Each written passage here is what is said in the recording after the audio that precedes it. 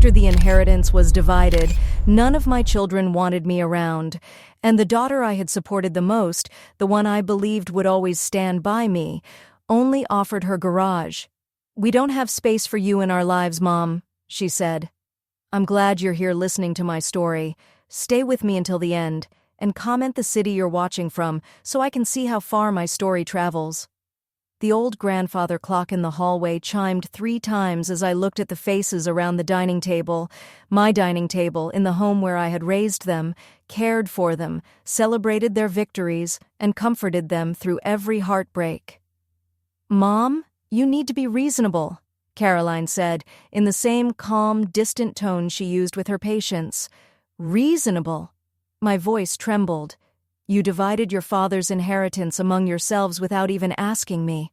And now you expect me to sell my own home?" Michael, my eldest, avoided my eyes. "Dad's will was clear, Mom. The assets go to his children." "And what about me?" I asked softly. "His wife of 42 years?" Silence, heavy and final. Caroline cleared her throat. "We've discussed it. You can stay with us. In the garage. We've converted it. It has a bathroom. It's all we can offer."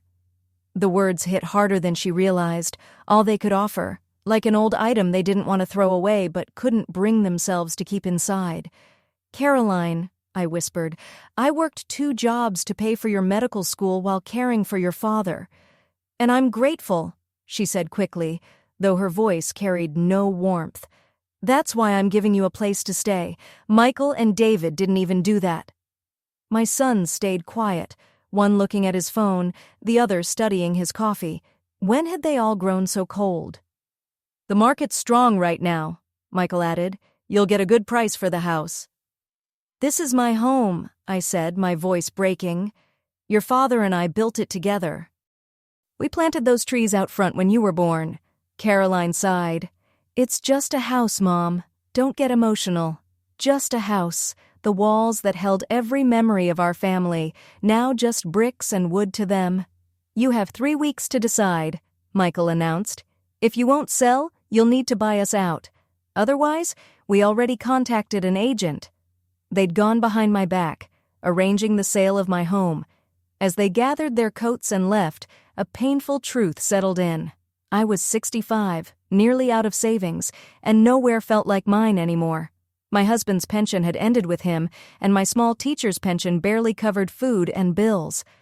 "I'll text you the moving company's info," Caroline called out as she shut the door. "They're great with seniors." The house felt suddenly unfamiliar, as if it too was preparing to push me out. I picked up our last family photo from the mantel. We were smiling, so happy. When had that changed? When had I become someone to be managed?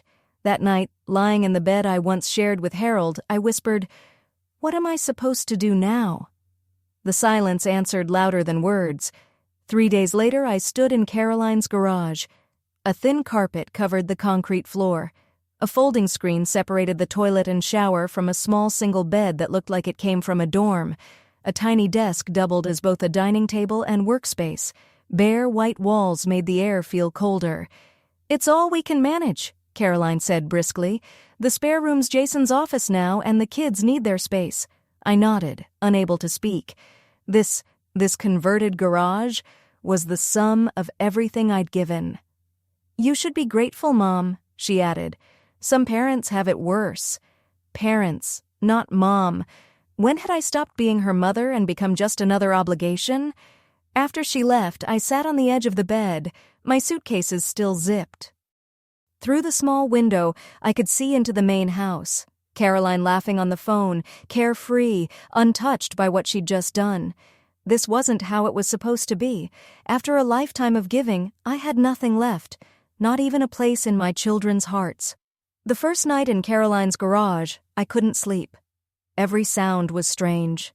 The hum of the water heater, the faint buzz of a streetlight, the occasional car passing by. Or maybe it wasn't the noise that kept me awake, but the heaviness pressing on my chest, the disbelief that this was my new reality. As I lay on the narrow bed, my mind drifted through the years, like turning the pages of an old photo album, each one showing my hands serving others. 15 years ago, Harold's diagnosis had changed everything. Parkinson's. The doctor spoke as if reading a weather report, not describing the slow fading of the man I loved. "You'll need help," he said, but help cost money we didn't have, not with 3 children still in school. So my hands learned new skills. They learned to give medicine, to bathe a grown man with dignity, to ease his pain at 3 in the morning. They learned to sew for extra income, wedding dresses, curtains, school uniforms, anything to keep us afloat as the bills grew higher. I remember the sting of the needle pricking my fingertips, again and again, until they became numb. But I kept going. What choice did I have? Caroline was in medical school then. The irony isn't lost on me now. I was working myself to exhaustion so my daughter could learn to heal others, though she somehow never learned to care for her own mother. I got up and looked through the small garage window. The light was still on in Caroline's kitchen. Was she reading medical journals, as she always claimed, or simply enjoying the comfort of the home she now called hers, while I lived out here among the boxes and concrete walls? My thoughts carried me back to the summer of her residency. She had called me in tears, completely overwhelmed. "I can't do this, Mom, it's too much." Though Harold needed me, I packed a bag and stayed with her for 3 weeks. I cooked, cleaned, and listened as she processed the pain of losing her first patient. My hands wiped her tears, just as they had when she was a little girl afraid of thunderstorms. When her twins were born, I was there again. Her husband, Jason, was busy building his career, working endless hours. So I moved in for 6 months, rocking sleepless babies through the night, changing diapers, sterilizing bottles, while my own body ached with exhaustion. When I finally returned home, Caroline kissed my cheek. "I don't know what I would have done without you, Mom," she said. Where was that Caroline now? When had gratitude hardened into distance? I opened my old suitcase and pulled out a worn leather journal, a gift from Harold on our 20th anniversary. "Write your dreams," he'd told me. But as I flipped through the pages, I realized most of them weren't about dreams at all. They were about survival. Every page held a piece of our family's history. Michael's science fair win, David's soccer trophy, Caroline's medical school acceptance letter. Then I found an old entry from April 15, 1994. "The university called today. They're holding a spot for me in the master's program next fall. After all these years, I might finally finish my degree. Caroline's piano lessons are expensive, but she's so talented. I'll just take more sewing jobs on weekends." I never went back for that degree. Caroline's piano lessons turned into competitions, those into summer programs, and eventually into college applications that listed her as gifted. My dreams had quietly stepped aside to make room for hers. I closed the journal. The emotion in my chest was difficult to name, not quite regret, not quite anger, something bittersweet that tasted like sacrifices left unacknowledged. The next morning, a sharp knock echoed on the garage door. It was 7 a.m. "Mom, we need to talk about house rules," Caroline said briskly, not even asking how I'd slept. "We can't have you coming and going at all hours, it disturbs the twins." House rules. As if I were a tenant, not her mother. "And you'll need to contribute to groceries, of course," she added. "Just because you're living here doesn't mean everything's free." I nodded silently, noticing the dark circles under her eyes, the same eyes that once looked up at me with pure trust and love.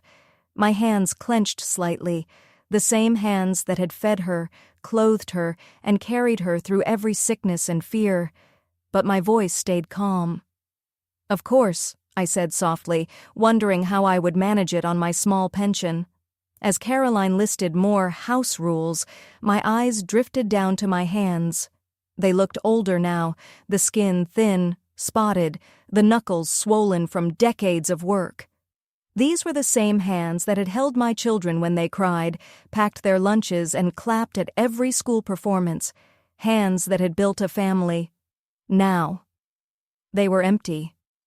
2 weeks passed in the garage. Caroline's garage, though it had become my reluctant home. Each day brought a new humiliation, a new reminder that I was no longer family, but an inconvenience taking up space. When it rained, water slipped under the door, soaking the thin carpet. The small space heater barely warmed the air, and at night, the scratching of mice echoed from the corners. Uninvited companions in my concrete box. One morning, Caroline entered without knocking. I was still in my nightgown. She didn't even notice.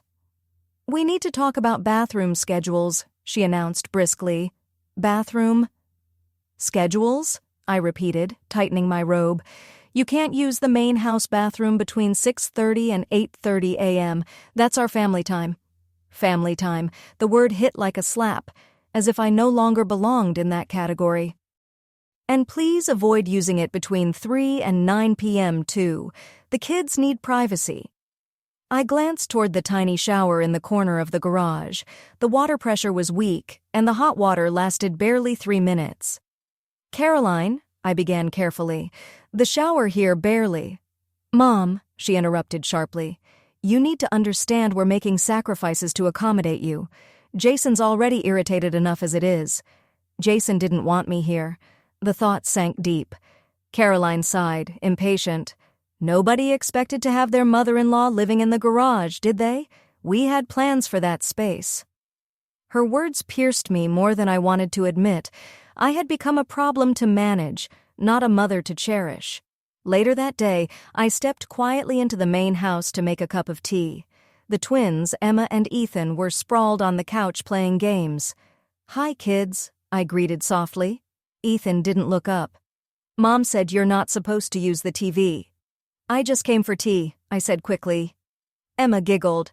"Grandma, your stuff's in the garage, remember? Mom says you shouldn't be in here when she's not home."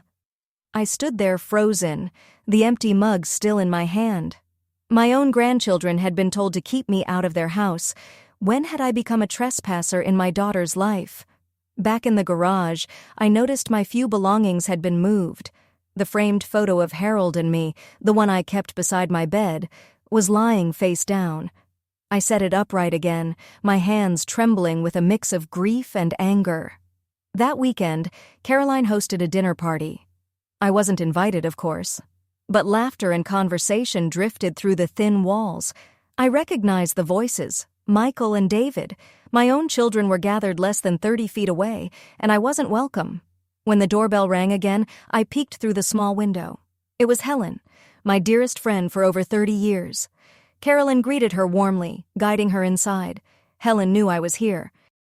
Why hadn't she come to say hello? Hours later, as the guests were leaving, Helen glanced toward the garage. Our eyes met through the glass. Then she quickly looked away. Even my oldest friend had chosen silence. Not long after, a soft knock sounded at my door. Caroline stood there, arms crossed.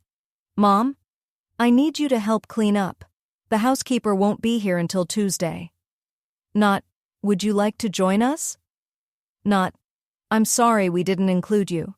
Just another command. As I scrubbed plates and loaded the dishwasher, Caroline and Jason chatted about their upcoming vacation to the Bahamas. They didn't even pause when I passed behind them, carrying the platter I'd given her as a wedding gift. That's when I noticed it, a beautiful serving tray I recognized instantly. "That was your grandmother's," I said quietly. Caroline barely glanced at it. "Yes, and now it's mine. Dad wanted us to have the heirlooms." "I don't remember him saying that," I replied, keeping my voice calm. Jason stepped in with a sigh. "Elizabeth, we've discussed this. The inheritance was clear." I said nothing more. What was the point? The next morning, a folded paper had been slipped under my door. Across the top, in Caroline's neat handwriting, were the words, "Monthly contribution, rent, 400 utilities, 150 food, 300 Wi-Fi, 50, total, 900. My pension was 1,200. I sat on the bed, staring at the numbers until they blurred.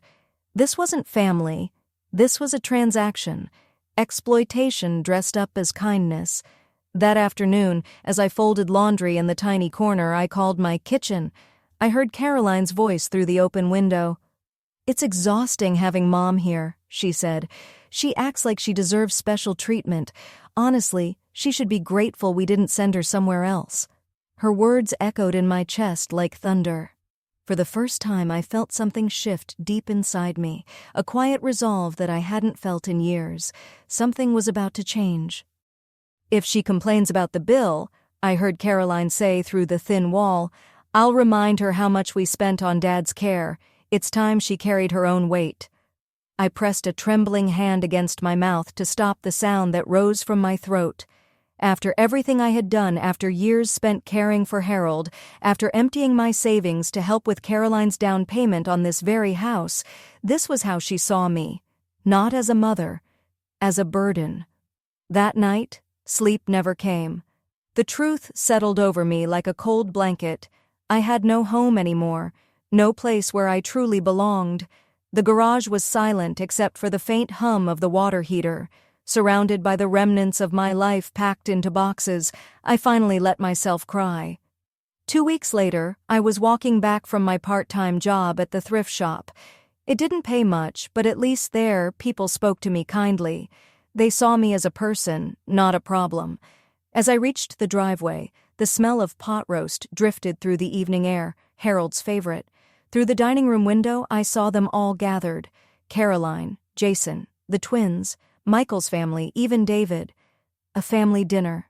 My family. Without me. I slipped quietly into the garage. They wouldn't notice I was back. They never did. "Grandma?" A small voice whispered. I turned. Emma stood in the doorway, holding a plate. "I thought you might be hungry," she murmured, eyes downcast. My heart softened. "Thank you, sweetheart. Would you like to sit with me while I eat?" She hesitated, glancing toward the house. "Mom said I shouldn't stay too long. She says you get difficult when you get too much attention."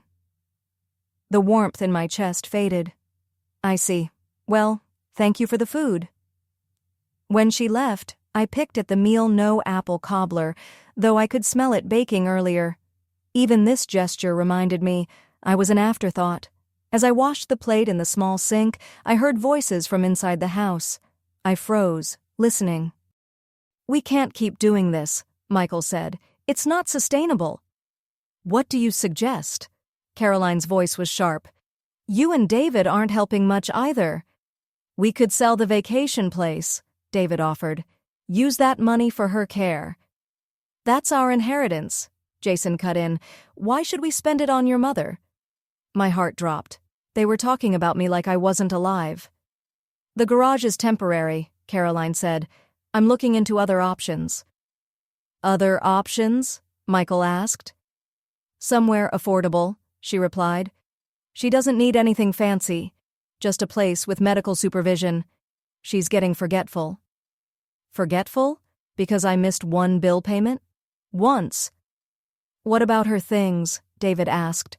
"Sell them," Caroline said flatly. "Most of it's outdated. We can use the money for the deposit." My knees weakened. They were planning to send me away to sell Harold's books, our wedding china, the antique desk where I'd written him love notes for decades, all of it erased. A soft knock came at the door. Michael stood there, hands in his pockets. "Mom didn't realize you were back," he said awkwardly. "Clearly," I replied. My voice was steadier than I expected. "We were just discussing some family matters," he added. "Yes," I said quietly, "selling my things, arranging my future without asking me." His face flushed. "You were listening?"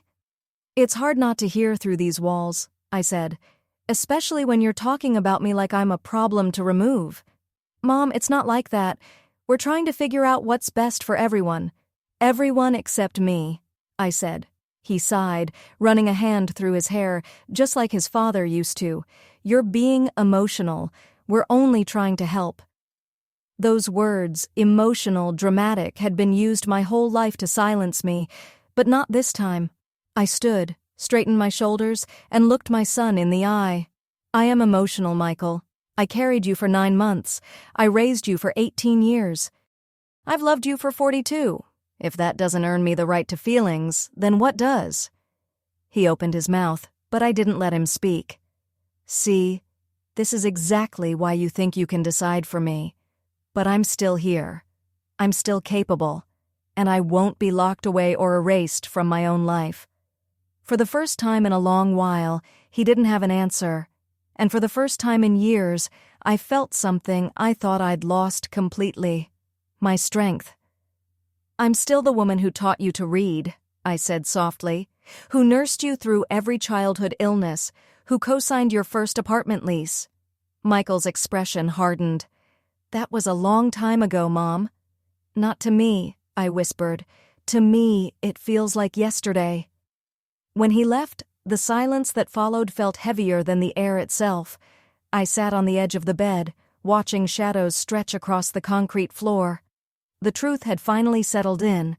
My children no longer saw me as a person to love, but a problem to fix. And that realization hollowed me out completely.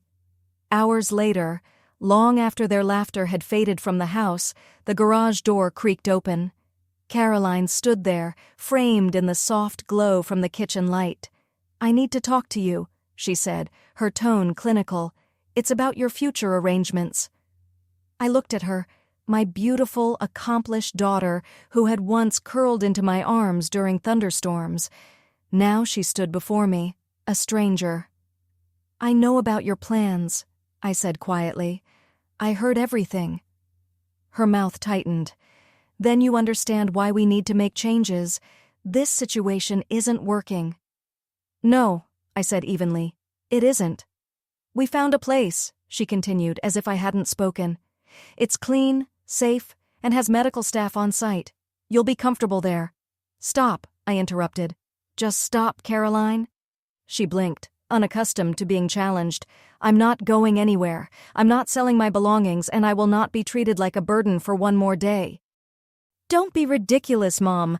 Where would you even go? You can't afford—" "That's no longer your concern," I said, surprising myself with how calm I sounded. "You've made it clear that I'm no longer part of this family. So be it." Her expression flickered between irritation and uncertainty. "You're being childish. You need us." Those 3 words stopped me cold. You need us. Not we love you, not we want to help. Just a reminder of control. "No," I said softly. "I don't think I do." Caroline left without another word, certain I'd come to my senses by morning, but I didn't sleep that night. As moonlight filtered through the small garage window, something inside me shifted. For the first time in years, I felt resolute. I was Elizabeth Anderson, the woman who had raised 3 children, cared for her husband through 15 years of illness, and built a life from nothing. I still had strength. I had simply forgotten how to use it. I reached for my phone and dialed a number I hadn't called in months. "Diana, it's Elizabeth. I'm sorry to call so late. No, I'm not all right. I need help." By dawn, my decision was made. I spent the night carefully packing a single suitcase, the essentials that truly mattered: our wedding photo, Harold's pocket watch, and the faded birthday cards my children had made when their love was still unconditional. I left a note on the desk. "I've made other arrangements. Don't worry about me." Simple, final. They probably wouldn't worry anyway. Diana was waiting at the end of the street, just as promised. Her silver hair gleamed in the first light of morning, her smile warm and genuine. "Oh, Lizzie," she said, embracing me tightly. "I should have checked on you sooner." "You're here now," I replied softly. "That's what matters." As we drove away, I didn't look back at the house I had helped pay for, the garage that had become my prison. I kept my eyes forward. Each mile felt lighter, as if I were leaving behind the weight of years. For the first time in a long while, I felt something new. Possibility. Diana's apartment was small, but full of light. Windows overlooked a quiet garden, and a handmade quilt covered the guest bed. "It's not much," she said apologetically, "but it's yours for as long as you need it." Tears stung my eyes. "Thank you," I whispered. "I don't know how to repay you." Diana smiled. "You already did, years ago. When Harold got sick, you still found time to sit with me every day after Tom passed. Some debts don't need repayment, Lizzie. They just need to be paid forward." We spent the afternoon sharing tea in her sunny kitchen. For the first time in weeks, I felt warmth, not from a heater, but from kindness. Then my phone rang. Caroline. I let it go to voicemail. Then Michael. Then David. One by one, my children suddenly remembered I existed. "Aren't you going to answer?" Diana asked gently. I set the phone face down on the table. "Not yet," I said quietly. "They'll leave messages." And they did. Caroline's voice came first, tight with irritation. "Mom, this is childish. Where are you? You need to come back right now." I took a slow sip of my tea, feeling the sunlight on my face. For once, I didn't rush to explain myself. For once, I wasn't the one apologizing. I was finally free. Caroline's message came first, sharp and impatient. "Call me back immediately." Then, Michael, trying to sound concerned but dripping with condescension. "Mom, we're worried about you. This behavior isn't helping your case for independence." Finally, David, his message short and cold. "Mom, just come back. You're making things complicated." Not one of them said, "I love you." Not one asked if I was safe, if I was lonely, if I needed anything. Their concern wasn't for me. It was for the inconvenience of my absence.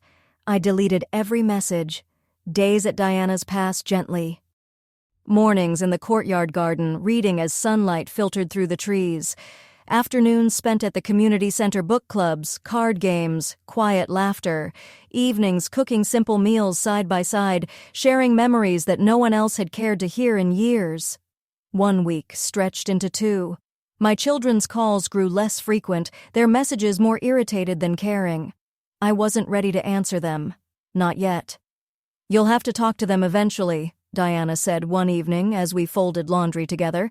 "Not for their sake," she added, "but for yours."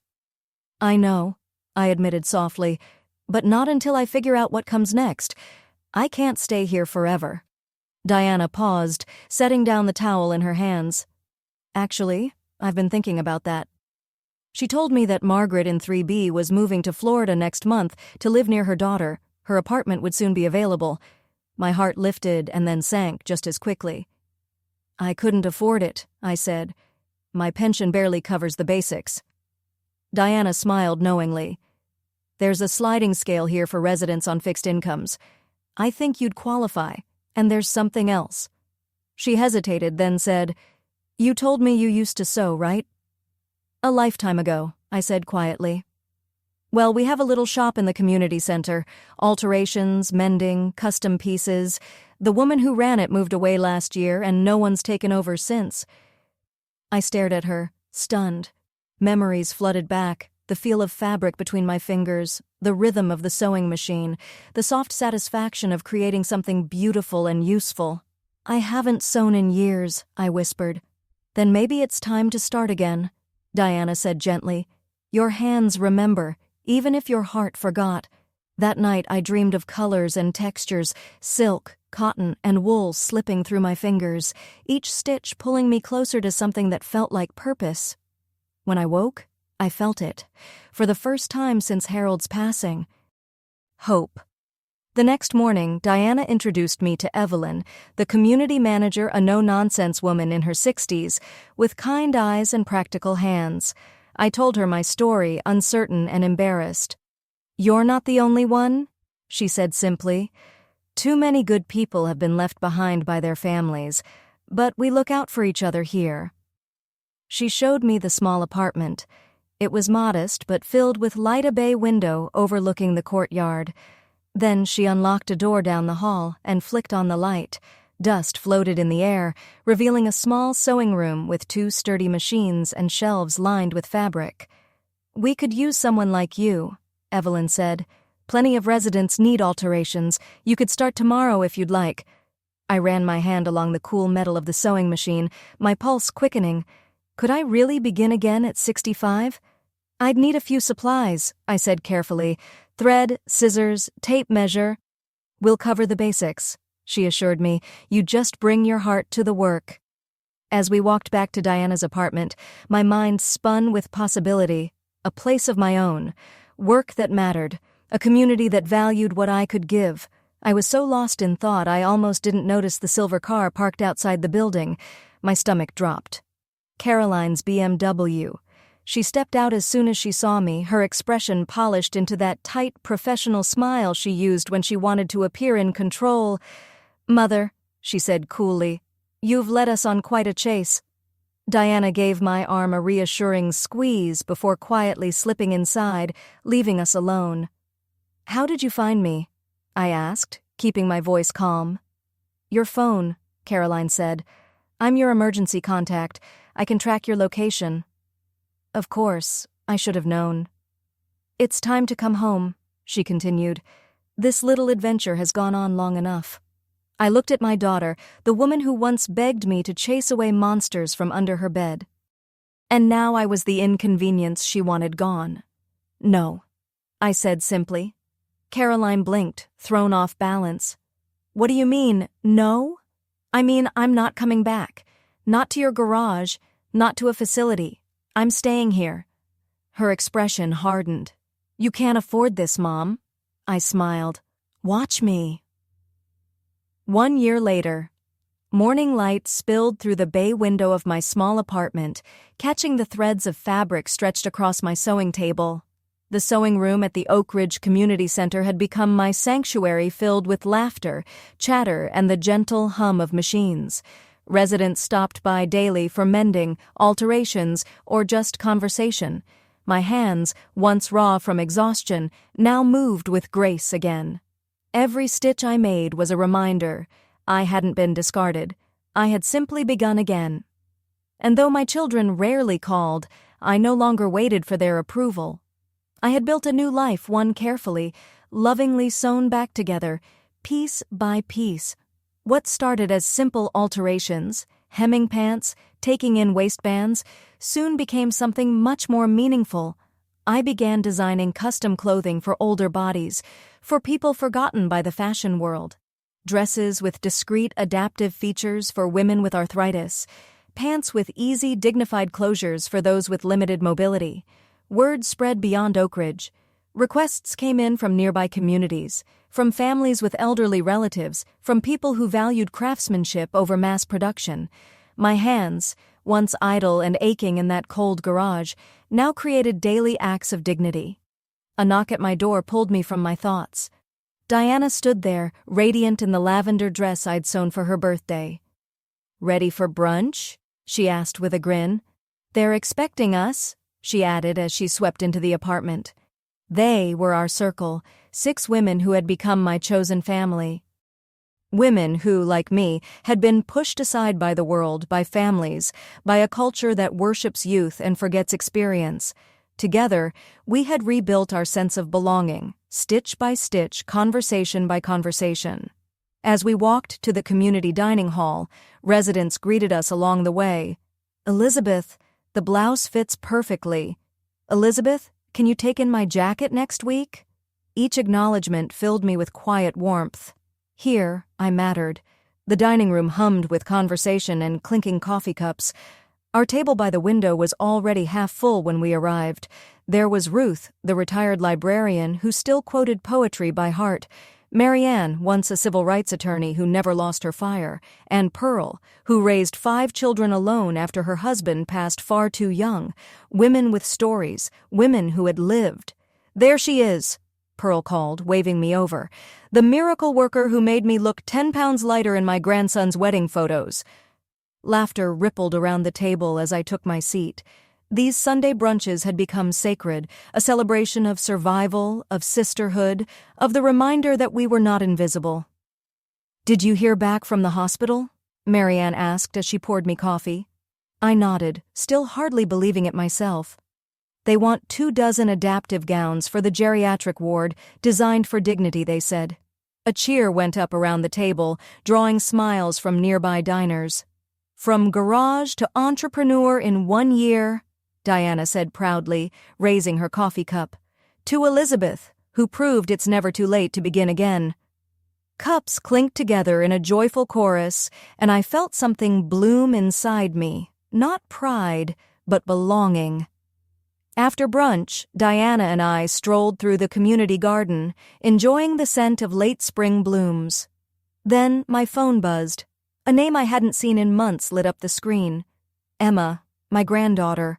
With trembling fingers, I answered, "Hello, Grandma." Her voice sounded small, softer than her 14 years. "It's me, Emma." "I know, sweetheart. How are you?" I'm okay. Mom doesn't know I'm calling. Of course she didn't. Caroline had made her position clear months ago. If I wouldn't return to her supervision, I was no longer part of the family. Are you all right? I asked, my heart tightening. Yeah, I miss you. And I wanted to tell you something. I got an A on my sewing project. My breath caught. Before I left, I had secretly taught Emma to sew during quiet visits to the garage, stolen moments her mother disapproved of. That's wonderful, I said softly. What did you make? A skirt, she said shyly. It's not as good as what you make. But my teacher said I have a natural eye for it. I'm sure it's beautiful, I said, my throat tight with emotion. There was a pause. Mom still talks about you sometimes, Emma whispered. When she thinks we're not listening, I think she misses you. Even if she won't admit it. I wanted to believe that. Maybe someday I would. Could I come see you sometime? She asked suddenly. I saved up my allowance. I could take the bus. Diana, walking beside me, gave my arm a gentle squeeze as she overheard my side of the call. I'd love that, Emma, I said, but we should talk to your mom first. She'll say no, Emma sighed, her voice full of disappointment. Then we'll wait until she's ready, I said gently. I'm not going anywhere. When the call ended, I sat quietly on a bench, the hum of bees and rustle of flowers surrounding us. Your granddaughter? Diana asked softly. I nodded, tears in my eyes. She's learning to sew. Diana smiled. Then the stitch continues. The afternoon sun warmed my shoulders as I looked out over the garden, the same hands that once trembled with fear, now steady, purposeful, alive. I had lost everything I thought defined me, my home, my status, even my family. But in losing all of that, I had found something far greater, myself, and as long as my hands could still create, as long as love could pass from one generation to the next, nothing was truly lost at all. The thread continues.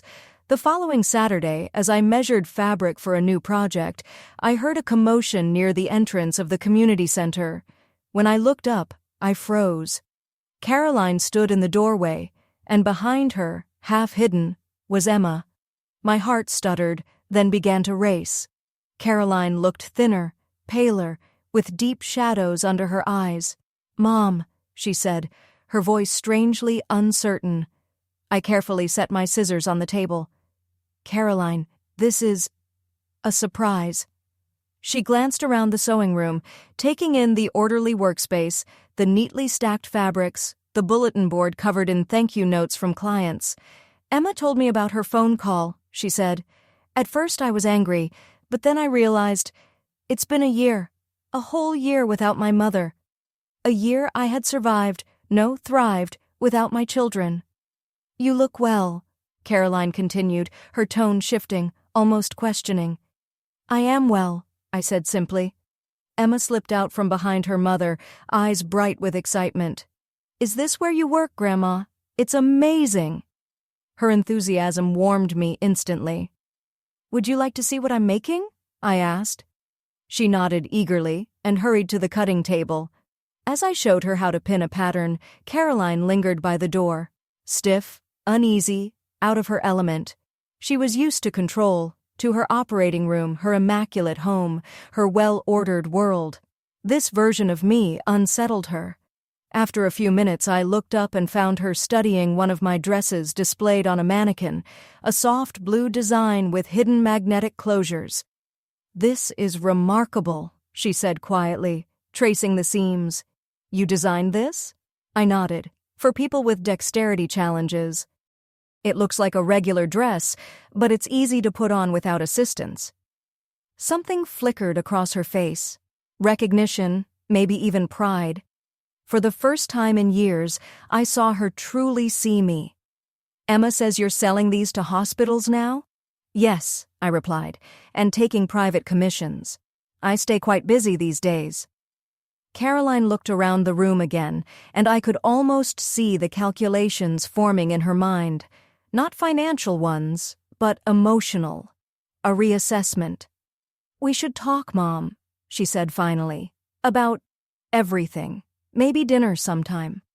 A year ago, I would have said yes immediately, desperate for any scrap of connection. But I wasn't that woman anymore. "I have dinner with friends on Wednesdays and Sundays," I said gently. "But I could do lunch next Thursday." Caroline blinked, clearly expecting me to bend to her schedule. "Yes, Thursday works." As they prepared to leave, Emma hugged me tightly. "Can I come back soon? I want to learn how to make a dress like that one." "Of course, sweetheart, any time." Caroline paused in the doorway, hesitating. "Mom, She stopped, words catching in her throat. I waited, not helping her, not rescuing her. Finally she said quietly, "You've built something good here. I didn't know you could." It wasn't an apology, not even full acknowledgement of what she'd done. But it was something. A beginning. "There's a lot you don't know about me, Caroline," I said softly. "But perhaps it's not too late to learn." After they left, Diana found me still sitting at my workstation, emotions swirling in quiet waves. "How was it?" she asked. I thought for a moment. "It was a beginning," I said finally. "Not of what was, but of what might be." That evening, I stood at my bay window, watching the sunset paint the sky in blazing oranges and pinks. The same sun that once set on my old life was now rising on a new one. Caroline might return. Michael and David might not. But their choices no longer defined me. I was Elizabeth Anderson, a woman who had survived being discarded, who had rebuilt herself from scraps, just like the quilts I now create. Each piece of fabric once unwanted, now reborn into something whole, beautiful, strong. The future stretched before me, an uncut length of fabric full of possibility.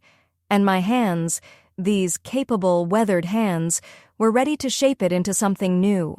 One stitch at a time.